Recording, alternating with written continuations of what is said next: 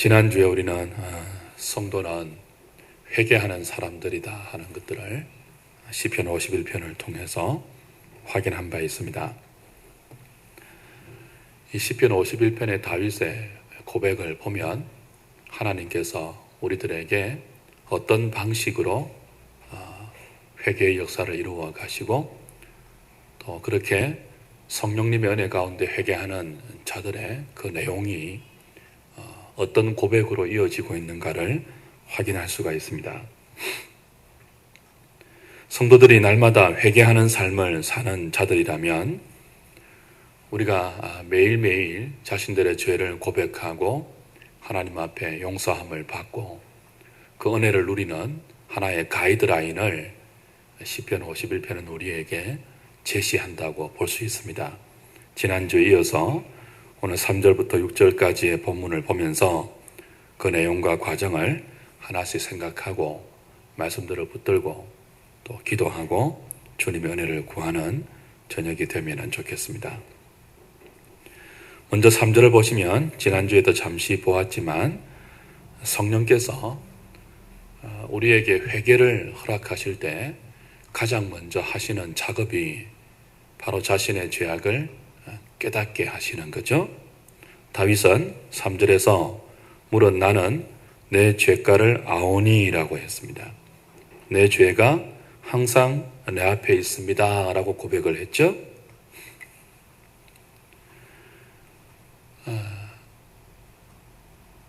성령께서 우리의 마음에 감동하실 때 가장 먼저 나타나는 현상은 바로 이와 같은 것들입니다. 자신을 바르게 안다는 거죠. 내 죄가를 안다 그랬습니다. 그러니까 우리가 하나님께 가까이 가면 갈수록 이런 인식이 들어요. 거룩한 하나님이죠.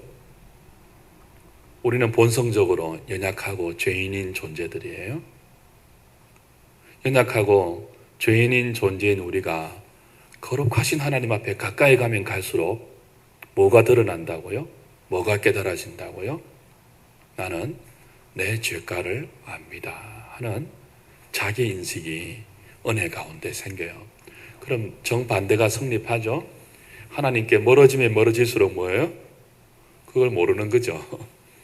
자기는 엄청난 무섭고 부끄럽고 더럽고 무거운 죄를 짓고 있으면서도 불구하고 하나님께 멀어지면 멀어질수록 뭐예요? 그걸 모른 채 둔감하게 살아간다는 거죠.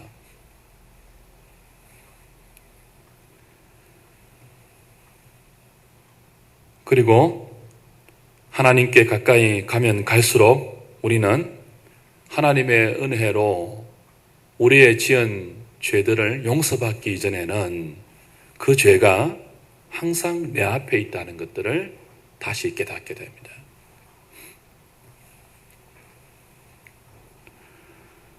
실로 거룩한 성령께서 우리에게 하시는 첫 번째 사역은 바로 회개하는, 그 회개를 위해서 우리 자신을 바로 보게 하는, 우리가 범죄하고도 잊어버리고 있고 애써 모른 척하고 있었던 허물들을 하나님 앞에서 고백하게 하는 그런 사역을 하시는 거죠.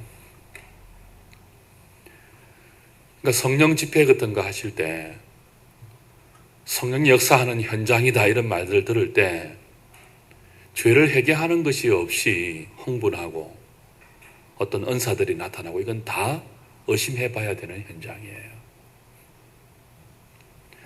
성령께서 하시는 첫 번째 사역이 뭐라고요? 성령이 말 그대로 거룩한 영이잖아요. 그죠? 거룩한 영이 죄인들에게 하시는 첫 번째 사역이 뭐라고요? 죄를 깨닫게 하는 거예요. 나머지는 전부 그 뒤에 일어나는 일들이죠.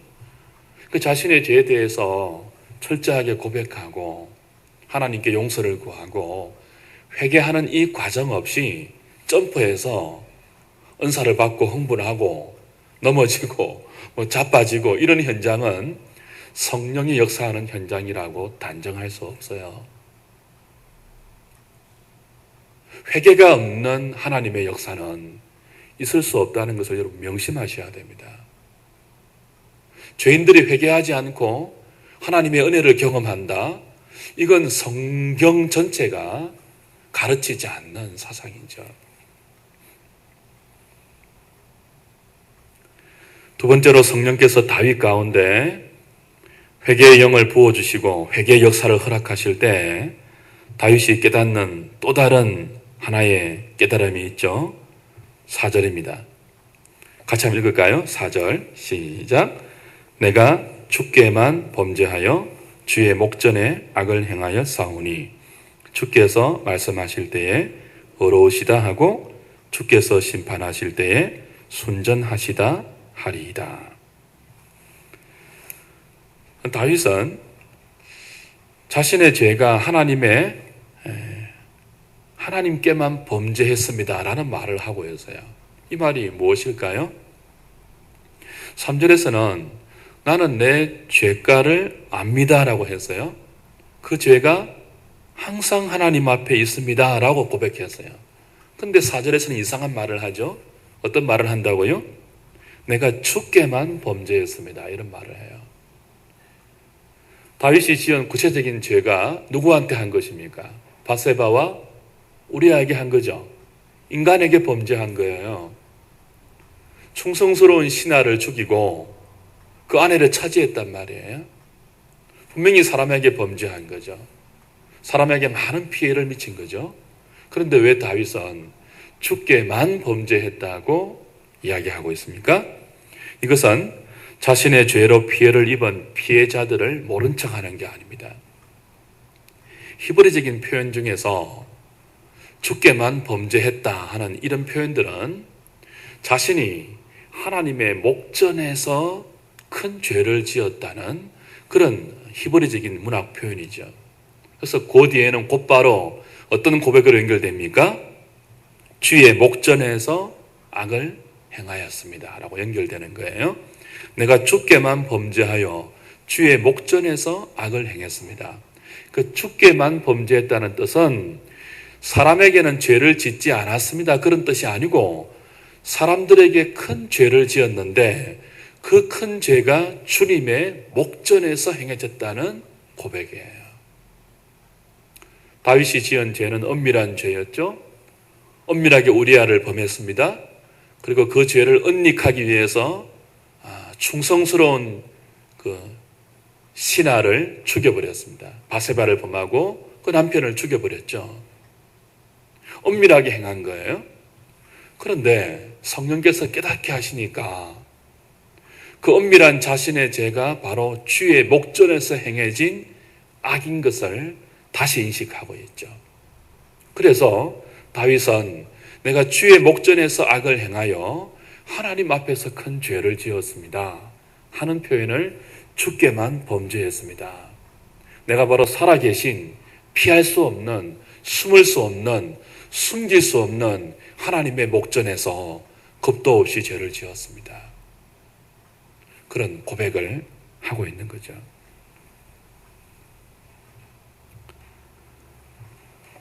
성도의 삶은 하나님의 절대적인 권위를 인정하는 삶이라고 우리가 배워서 알고 있습니다. 그 하나님의 권위를 인정하지 않는 사람은 성도가 아니죠. 근데 하나님의 권위를 인정하는 것이 두 가지로 나타나요. 긍정적으로 나타날 때는 하나님의 말씀에 순종하는 것으로 자신이 하나님의 절대 권위를 인정한다는 것을 드러냅니다. 어떻게 해요? 말씀에 순종함으로 나는 하나님의 권위를 인정합니다. 그 권위 밑에서 살아갑니다. 그렇게 나타내죠. 또 하나의 방식이 있습니다. 그게 뭐예요? 그렇게 능동적이고 긍정적인 방식으로 하나님의 권위를 인정하지 못할 때 나오는 방식이에요. 그게 뭐예요? 회개하는 겁니다. 회개하는 거. 오늘 다윗이 뭐라고 고백합니까? 내가 주께만 범죄하여 주의 목전에서 악을 행했습니다. 주의 목전에서. 인정하는 거예요. 부정적인 인정이죠. 그 성도는 하나님의 절대적인 권위를 인정하며 사는 사람인데 그 인정하는 방식이 두 가지예요. 하나는 뭐예요? 말씀에 순종하는 능동적인 인정이고 또 하나는요. 그렇게 하지 못하고 말씀에 순종하지 못하고 육체의 소욕에 순종해서 죄를 지었을 때는 어떻게 해야 되는 것이에요? 회개하는 거예요. 그게 하나님의 권위를 인정하는 성도의 또 다른 자기 고백이죠. 그러므로 회개하지 않는다는 것은 어떤 뜻이에요? 하나님의 권위를 거부한다는 거죠. 내가 주의 목전에서 악을 행했습니다. 그렇게 하지 않는 것이 훨씬 더 좋은 하나님의 권위를 인정하는 방식인데, 그렇게 하지 못했을 때는 어떻게 해야 되는 거예요? 부정적으로 뒤늦게 어떻게 해야 되는 거죠? 회개해야 되는 거죠. 내가 주의 목전에서 범죄했습니다. 큰 악을 행했습니다. 하나님이 두 눈 뜨고 내 삶을 지켜보고 계시는 것을 내가 무시하고 주의 목전에서 죄를 저질렀습니다. 용서하여 주십시오. 이 회개가 부정적으로 하나님의 권위를 인정하는 성도의 또 다른 자기 표현이죠. 오늘 저와 여러분들은 이 둘 중에서 어떤 방면으로 하나님의 권위를 인정하고 사는지를 돌아보면 좋겠어요. 저와 여러분들은 능동적인 방식으로 우리 위에 계시는 하나님의 권위를 잘 인정하는 사람들이 되기를 바라요. 그게 뭐라고요? 말씀에 순종하는 거예요. 그러나 그렇게 하지 못했을 때는요, 늦게나마 뭐 해야 되는 거죠? 회개해야 되는 거예요. 우리가 늘 순종할 수 없잖아요. 퍼펙트한 존재들이 아니잖아요. 그러니까 한편으로는 뭐예요? 순종하는 삶으로 하나님을 인정하고, 또 한편으로는요, 회개하는 삶으로 하나님을 인정해야 돼요. 그러니까 순종하지 않는 사람도 성도가 아니라 할 수 있고, 회개하지 않는 사람도 성도가 아니라 할 수 있어요. 우리는 한편으로 순종하면서 한편으로 회개하는, 그래서 능동적이든 부정적이든 늘 하나님의 절대적인 권위를 인정하면서 그 권위 앞에서 주의 목전에서 살아가는 사람들이죠.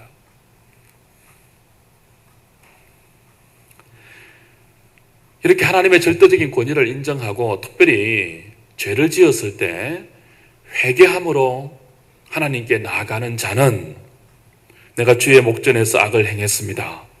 죄를 지었습니다. 그렇게 고백하는 사람들은 그 다음에 어떻게 연결됩니까? 주께서 말씀하실 때 의로우시다 하고 이렇게 연결되어요. 주께서 심판하실 때 순전하시다 하겠습니다. 이렇게 연결되는 거죠. 하나님의 절대 권위를 어떤 방식으로 인정하든, 특별히 부정적인 회개의 방식으로 하나님의 권위를 인정하는 사람은 그 다음에 어떻게 한다고요? 자신의 죄에 대한 하나님의 심판이 어떤 방식으로 자신에게 내리든지 거기에 대해서 그것이 순전한 심판입니다. 그게 올바른 것입니다. 그게 정당한 것입니다.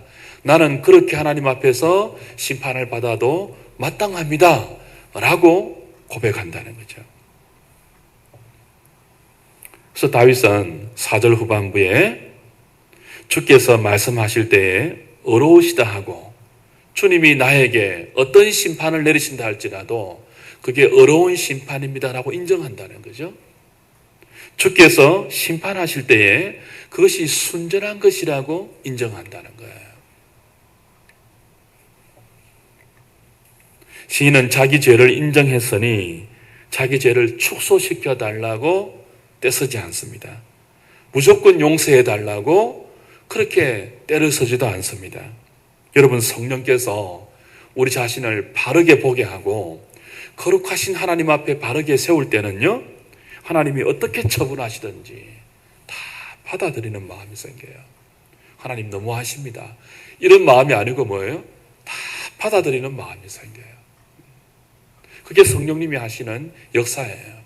하나님, 나는 기껏 다른 사람 다 하는 죄에 조금 동참했는데 이렇게 심하게 나를 다루실 수 있습니까?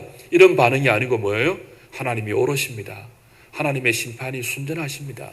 하나님이 뭐라고 말씀하시는지 간에 그것은 의로우십니다. 그렇게 하나님의 권위를 인정한다는 거죠. 하나님의 심판 앞에 회개하는 심령은요, 자기 자신을 그대로 그대로 던져놓습니다. 심판 앞에서. 빠져나오려고 막 헤엄치지 않아요. 그냥 하나님의 처분 앞에 그대로 자신을 맡깁니다. 그리고 자신을 향한 하나님의 처분이 그렇게 순전하고 옳은 것임을 신뢰하면서 하나님의 처분 앞에 자기 전체를 던지는 거죠. 이것이 죄를 올바르게 깨닫고 고백하는 자의 마땅한 처사입니다. 입술로만 그냥 고백하고 그 다음에 재빨리 하나님의 복을 구하는 인스턴트식의 회개가 아니고 성령께서 우리 가운데 행하게 하시는 참된 회개는 바로 이런 거예요. 주님이 다 오르십니다.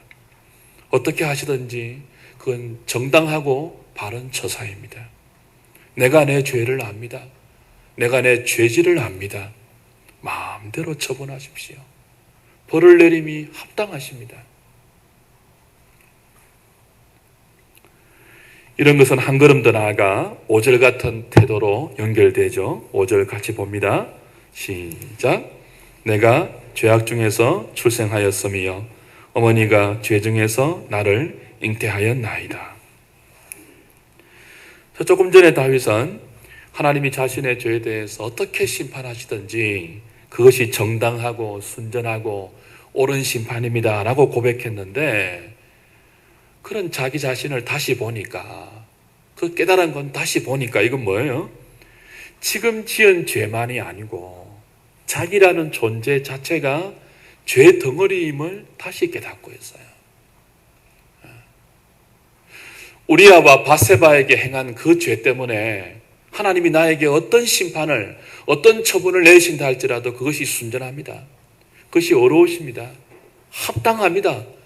그렇게 고백했는데 한 걸음 더 나아가 자기 자신 전체를 보니까 뭐예요?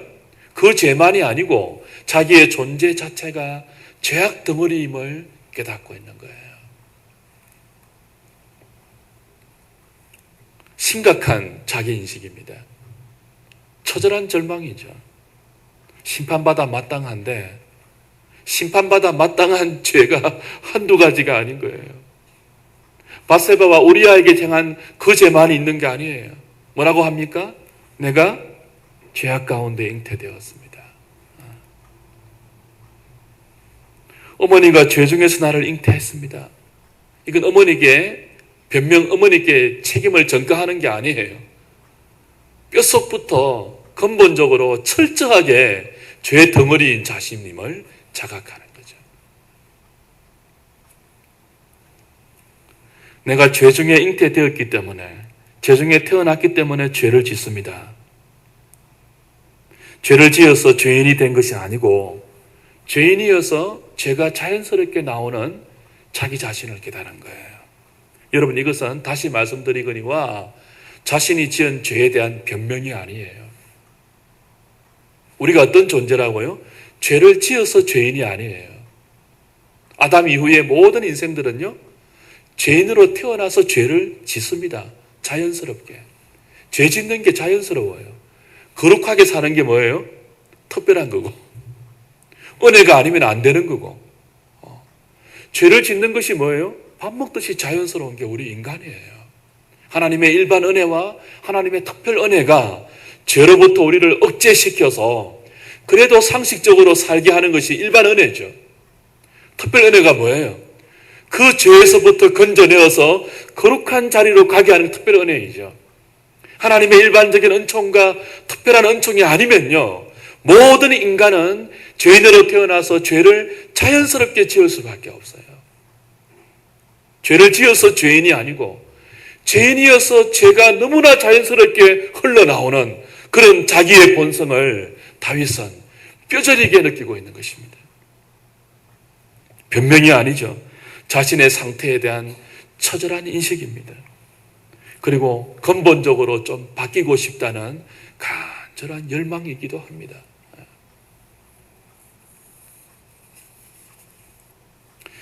6절에 가면은 이런 다윗의 고백은 조금 더 진전되죠. 보소서, 주께서는 충심히 진실함을 원합니다. 뒤에 사실은 점점점 되어 있어야 돼요. 보소서. 자기 자신을 죄중에 잉태되었습니다 라고 처절하게 절망하면서 그런 시름을 뱉어내고 있는 다윗이 6절에는요, 보소서 주께서는 중심이 진실함을 원하나이다. 이건 뭐예요? 통탄이에요. 통탄. 주님께서는 중심의 진실함을 원하지만 이 히브리 원어는요, 엄밀한 곳, 보이지 않는 곳, 뭐 그런 뜻입니다. 이게 우리의 인간 내면으로도 해석할 수 있고, 본문은 그렇게 해석하고 있죠. 중심의 진실함을 원합니다. 혹은요, 다윗이 범죄한 것처럼 사람들의 눈을 피해서 아무도 모르는 곳에서, 엄밀한 곳에서, 내밀한 곳에서 그런 뜻이기도 해요. 뭐 둘 다 가능하겠죠. 하나님은 우리 중심의 진실함을 원하시고, 그렇기 때문에 누가 보든지 안 보든지 간에 진리와 진실함으로 살아가기를 원하는데, 다윗은 자기 자신의 삶을 이것에 반추해서 보면 어떤 거예요? 그렇지 않다는 거예요. 중심의 진실함을 원하는데 자기의 본성은요, 죄중에 잉태한, 중심에서부터 진실이 아니고 뭐가 있는 거예요? 죄악 덩어리가 있는 거예요. 보소서 주께서 중심의 진실함을 원하나오나 나는 죄중에 잉태되었습니다. 절망이죠, 절망.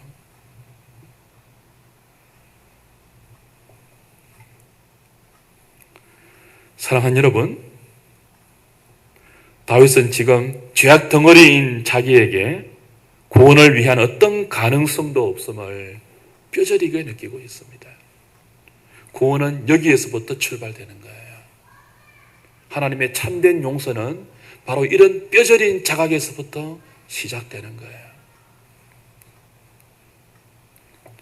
전에는 자신이 이 정도로 문제가 많은 줄을 몰랐습니다. 한 번도 몰랐어요. 조금 문제가 있다고는 느끼지만 뭐예요? 이렇게 심한 존재가 자기인 줄은 몰랐죠, 한 번도. 근데 하나님께서 깨닫게 하시니까 내 중심의 진실은커녕 모태의 태중에서부터 죄로 잉태된 죄의 세포가 가득한 그런 존재가 바로 자신임을 동감하고 있는 것입니다. 머리부터 발끝까지 죄 덩어리인 우리 존재. 사랑하는 여러분, 우리 자신에 대해서 이렇게 철저하게 절망하게 될 때, 단식하게 될 때 이상한 일이 일어나죠. 하나님의 역사는 그 깊은 절망의 밑바닥에서부터 자기에 대한 가능성을 완전히 차단하고 자기 중심에 어떤 진실함도 없음을 처절하게 고백하고 하나님을 의뢰하고 하나님을 바라볼 때 1절에 뭐라고? 1절에 주의 인자와 은혜와 많은 긍휼을 의지할 때 1%도 가능성이 없는 자기 자신을 정말 뼛속 깊이 절감할 때 우리는 누구를 바라본다고요? 주님의 인자를 붙들게 되는 것입니다. 한없는 은총을 바라보게 되는 거죠. 풍성하신 긍휼에 자기 자신을 던지게 되는 것입니다. 1%도 없는 자기 자신에 대한 절망을 가지고 은혜의 바다로, 그 긍휼의 바다로 믿음을 가지고 하나님께 나가게 되는 거죠. 그게 이제 7절에 가면은 다음 주에 하겠지만은 우설초로 나를 정결하게 하소서로 이어지는 거예요. 그냥 바로 뛰어넘지 않습니다. 하나님의 은혜로, 하나님의 긍휼로, 하나님의 인자로 바로 우설초로 점프하지 않아요. 그 중간에 어떤 과정이 있다고요? 뼛속 깊이 자기 자신에 대해서 1%의 가능성도 느끼지 못하게 하는 처절한 탄식이 하나님에 의해서 다윗의 중심에서부터 이루어지고 있는 거죠. 6절 후반부에는 이상한 표현이 나옵니다. 뭐라고 되어 있습니까?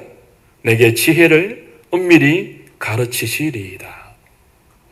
다윗은 지금 깨닫고 있는 거예요. 이런 과정을 통해서 하나님께서 지혜로 자신이 누구이며 이런 자신을 깨끗게 하실 하나님 앞에 어떤 과정과 어떤 내용으로 나가게 하시는지를 이렇게 하나씩 하나씩 철저하고 자세히 가르치는 하나님의 지혜를 다윗은 터득하고 배우고 있는 것입니다. 이게 하나님의 엄밀한 지혜구나. 드러난 지혜가 아니에요. 엄밀한 지혜구나. 여러분, 사람의 죄를 깨닫게 하는 것, 자기 자신에 대해서 깊이 절망하게 만들고 하나님의 구원을 열망하게 만드는 것. 하나님을 정말 간절한 마음으로 찾게 만드는 것. 내가 이렇기 때문에 하나님 외에는 소망이 없습니다. 이게 뭐예요? 하나님의 엄밀한 지혜라는 것을 깨닫고 있는 거예요.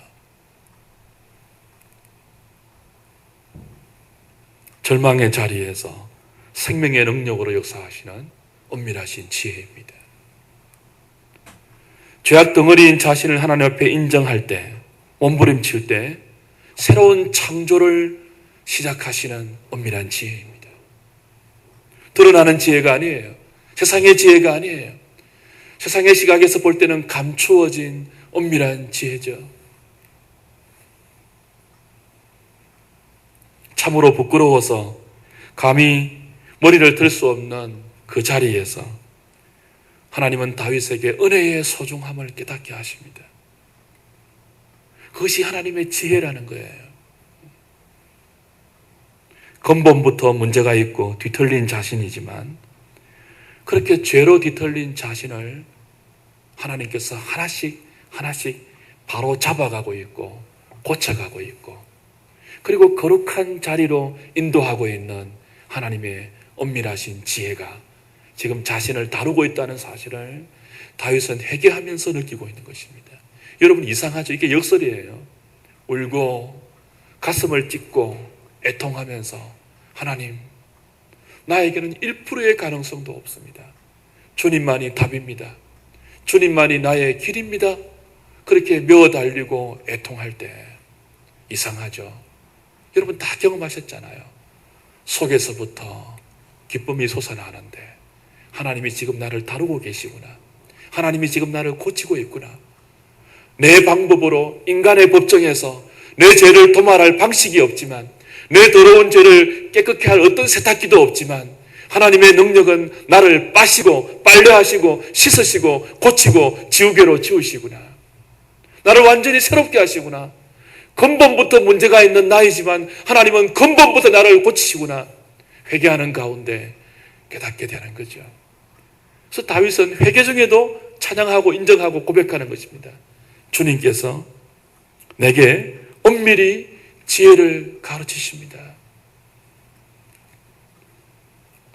사랑하는 여러분, 하나님의 가장 큰 지혜가 뭡니까? 우리를 바꾸는 거예요, 우리를. 이게 하나님의 가장 큰 능력이죠. 누가 우리를 바꾸겠습니까? 이렇게 고집불통이고 이렇게 완고하고 자신이 직접 뜨거운 맛을 안 보면 도무지 돌이키려고 하지 않는 이 죄악 덩어리인 우리를 누가 고치겠습니까?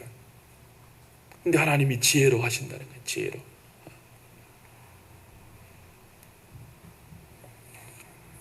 주 안에 사랑하는 여러분, 말씀 좀 맺읍시다. 오늘 다윗이 회개하는 과정을 볼 때 우리는 두 가지의 교훈을 배웁니다. 하나는 뭐죠? 우리가 신전의식을 갖고 살아야 한다는 거예요. 다윗은 하나님의 깨닫게 하시는 은혜 가운데 자신이 주의 목전에서 악을 행했다고 고백하고 있습니다. 이건 우리에게 답을 하나 주죠. 주의 목전에 살아간다는 의식이 있을 때 죄를 적게 지을 수 있습니다. 그죠? 시험에 적게 넘어질 수 있는 거죠. 주의 목전에 살아가고 있습니다. 권위를 인정하는 것. 두 번째는 뭐예요? 하나님의 지혜가 뭐냐는 거죠.